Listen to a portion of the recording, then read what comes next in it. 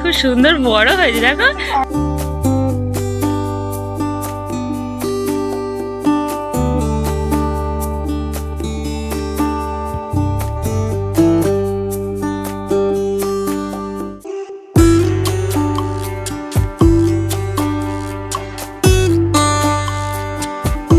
Hello, আমি অনুপ্রিয়া। আশা করছি আপনারা সবাই সুস্থ আছেন, ভালো আছেন। প্রিন্সেস ফ্যামিলিতে আরও একটা নতুন ব্লগে সবাইকে স্বাগত জানাই। আমার চ্যানেলে যদি নতুন হয়ে থাকেন প্লিজ সাবস্ক্রাইব করে পাশে থাকা বেল আইকনকে প্রেস করে রাখুন, তাহলে আমার পরবর্তী ভিডিও নোটিফিকেশান সহজেই চলে যাবে আপনার ফোনে।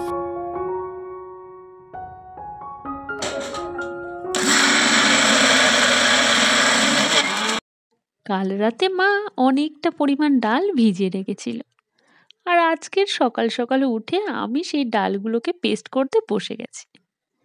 আর আজকের ভিডিওটা আমি এখান থেকেই শুরু করছি। আপনারা আমার সাথে থাকুন আর পুরো ভিডিওটা দেখতে থাকুন। আশা করছি আপনাদের ভালো লাগবে। ডালগুলো সবটাই পেস্ট করা হয়ে গিয়েছে, আর এখন তাড়াতাড়ি করে টিফিন খেয়ে নেব। তারপর মা আর আমি বড়ি দেব। আজ টিফিনে আমাদের ছিল ওই লাউ আলু কালো জিরে দিয়ে একটা তরকারি আর মুড়ি।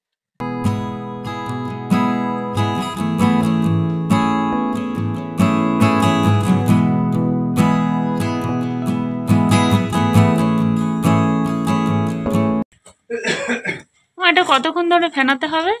2 সেকেন্ড লাগবে না, মিক্সচারে তো করা হয়েছে, শিলে হলে বেশি সময় লাগে। ও আচ্ছা। এখন বাঙালির হেসেলে নানার স্বাদের বাহারি পদের জয় জয়কার। যে ভিড়ে মা দিদাদের হাতের রান্নার স্বাদ ভুলতে বসেছে আম বাঙালি। শীতকালে বড়ি দিয়ে নানা ধরনের তরকারি, শাক, মাছের ঝোল খাওয়ার চল রয়েছে প্রতিটা বাঙালি বাড়িতে।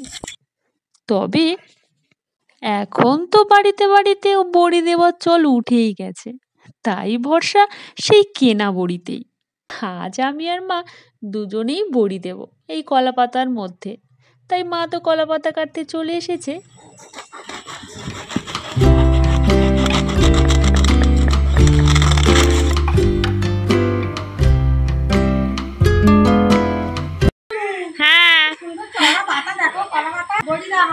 হ্যাঁ, খুব সুন্দর বড় হয়েছে দেখো। কলা গাছটা আছে, এবারে কলা হবে খুব বড়। একটাতে হয়ে যাবে না? বড় তো, চলো।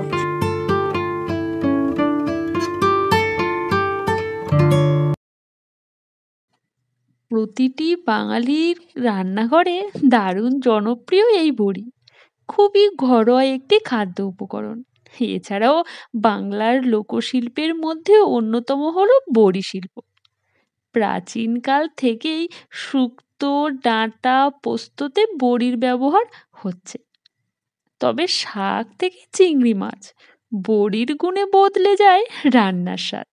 মূলত বিউলির ডাল, মুসুর ডাল এবং খেসারির ডালে বড়ি হয়ে থাকে, তবে আজ আমরা দিয়েছি খেসারির ডালের বড়ি। মার বড়িগুলো খুব সুন্দর হচ্ছে। মার একটা ভালো, তোমারও তো ভালো হয়েছে, ভালো হয়েছে। শিলে বাটা স্বাদ আলাদা, আর শিলে বাটা তো মিক্সারে ভালো হয় না, খেতেও স্বাদ হয় না, খাপাম না। তাতে শিলে বাটা ভালো, কষ্ট কমাবার জন্য মিক্সচারে করি, কিন্তু শিলে বাটা কষ্ট আছে তো, ওইটাই ভালো স্বাদ লাগে।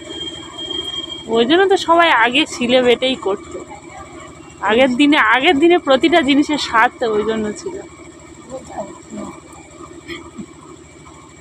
কি সুন্দর দেখতে হয়েছে দেখো।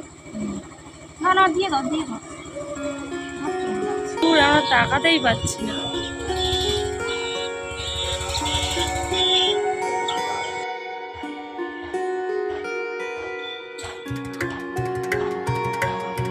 আমাদের বড়ি দেওয়া। হ্যাঁ, তা হয়ে গেল। বড়িগুলো কেমন হয়েছে আপনারা জানাবেন। এই দিকের গুলো সব আমি দিয়েছি, আর এই পাড়েগুলো সব মা দিয়েছে।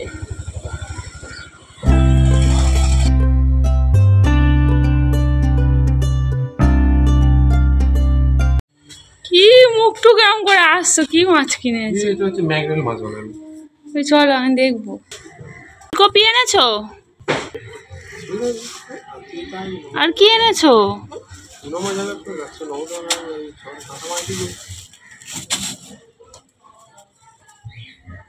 ও এবারে তো এর মধ্যে আলু পেঁয়াজ।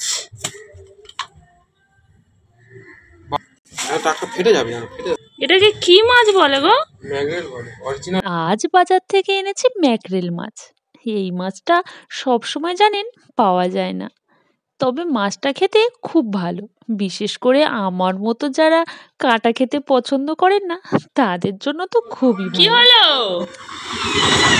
আবার কি কিনে নিয়ে এসেছো? না না বল, আমি 2-1 দিনের মধ্যে জানাচ্ছি। মানে 200 এখন বাজারে আসেনি।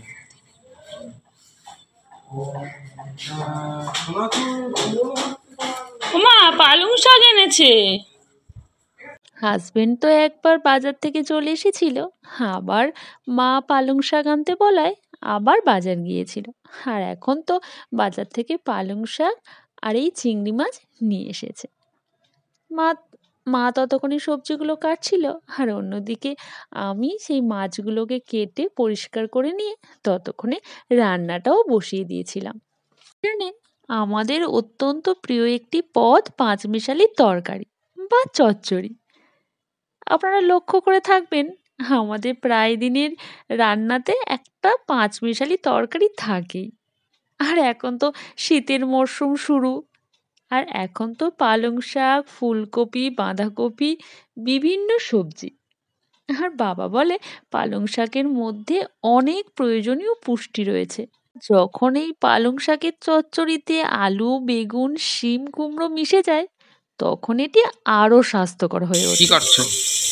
এই তো চিটি কাঁকড়া। ঘি আছে? হ্যাঁ হ্যাঁ ঘি হচ্ছে? হ্যাঁ এই তো দেখো কত ঘি দেখেছো। এই দেখো হেবি ঘি আছে। এই দেখো একটা বড় একটা চিংড়ি আছে। আর আমাদের বাড়িতে একজন এই চিতি কাঁকড়াগুলো দিয়েছিল, তাই সেই কাঁকড়াগুলো নিয়ে আমি বসেছিলাম। তবে কাঁকড়াগুলো খুব ছোট ছোট হলেও খুব ভালো ঘি ছিল, প্রতিটা কাঁকড়াতেই সুন্দর ঘি হয়েছিল।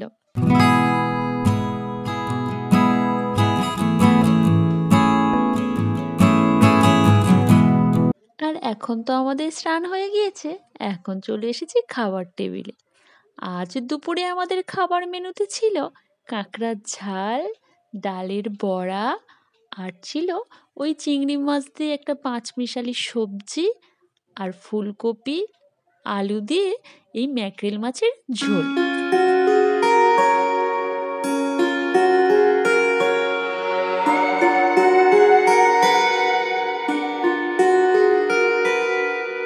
কত কষ্ট করে বড়ি দেওয়া হলো, কিন্তু